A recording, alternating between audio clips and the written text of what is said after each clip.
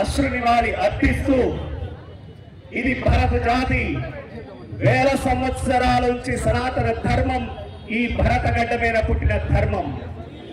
ఈ సనాతన ధర్మాన్ని భరత జాతిని కాపాడుకోవడానికి కాశ్మీర్ నుండి కన్యాకుమారి వరకు ప్రతి ఒక్కరూ కూడా ముక్త కంఠంతో భక్తిభావంతో దేశభక్తితో అందరూ ఐక్యంగా ఒకే స్వరంతో ఇక్కడ మీరు గొంతు కలిపి మనము వారికి 7 రోడ్స్ దగ్గర కొవ్వొత్తుల ర్యాలీతోటి మనము నివాళులు అర్పిస్తూ ఏదైతే ఒక హేయమైన చర్య జరిగిందో దానిని తీవ్రంగా ఖండించేటువంటి కార్యక్రమం మనం చేపట్టబోతున్నాం.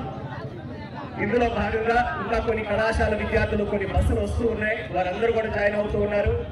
ప్రతి ఒక్కరూ కూడా ఒకసారి అందరూ కూడా ఒక భక్తి భావంతో ముక్త కంఠంతో భారత్ మాతా కీ, భారత్ మాతా కీ, భారత్ మాతా కీ. ఇప్పుడే పూజ్య స్వామి విరజానందజీ వారు వచ్చినారు, వారిని ఒక నిమిషం స్వాగత పలుకులు పలకవలసిందిగా కోరుతూ ఉన్నాం. ఓం శ్రీ గురుభ్యో నమః.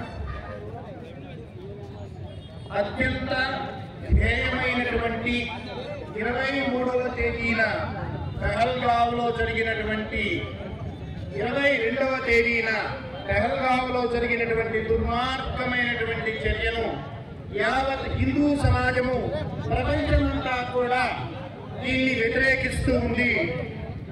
అక్కడ మీరు ఏ ప్రాంతం నుండి వచ్చారు అని అడగలేదు, ఏ కులం వాళ్ళు అని అడగలేదు, ఏ రాష్ట్రం వాళ్ళు అని అడగలేదు, ఏ పార్టీ వాళ్ళని అడగలేదు. మీరు హిందువు అయితే కాల్చివేశారు. మీరు హిందువా ముస్లిమా అని అడిగి హిందువైతే కాల్చి చంపడం అనేటువంటి ఈ దురదృష్టకరమైన దుర్మార్గమైన హేయమైనటువంటి ఈ చర్యను మనం వ్యతిరేకిస్తూ ఈ రోజు అసూలు రాసినటువంటి ఈ దేశ పౌరుల కోసం వారి ఆత్మలకు ప్రశాంతత కలగాలి అనేటువంటి భావనతో మనం నిర్వహిస్తున్నటువంటి నిరసన ర్యాలీలో విద్యార్థులు, హిందూ సంఘాలు, హిందూ జేఏసీ పేరుతో జరుగుతున్నటువంటి ఈ కార్యక్రమాన్ని మనం ముందుకు తీసుకుని వెళ్తూ ఉన్నాం. అందరూ కూడా ఆలోచించవలసినటువంటి సమయం ఆసన్నమైంది. ఈ దేశ పౌరులంతా కూడా సంఘటితంగా మారి ఈ దేశ రక్షణకు పూనుకోవలసినటువంటి అవసరం వచ్చింది అని తెలియజేస్తూ జై శ్రీరామ్, భారత్ మాతా కీ జై. లోపల ఉన్నటువంటి జెండాలు తీసుకొని చేతులలో జెండాలు లేని వాళ్ళందరూ కూడా లోపల జెండాలు ఉన్నాయి, ప్రతి ఒక్కరి చేతిలో జెండా ఉండాలి. దయవుంచి జెండాలు లేని వాళ్ళు లోపలికి వెళ్ళి జెండాలు తీసుకోవాల్సిందిగా విజ్ఞప్తి. లోపల జెండాలు ఉన్నాయి, అందరూ కూడా విద్యార్థులు కూడా జెండా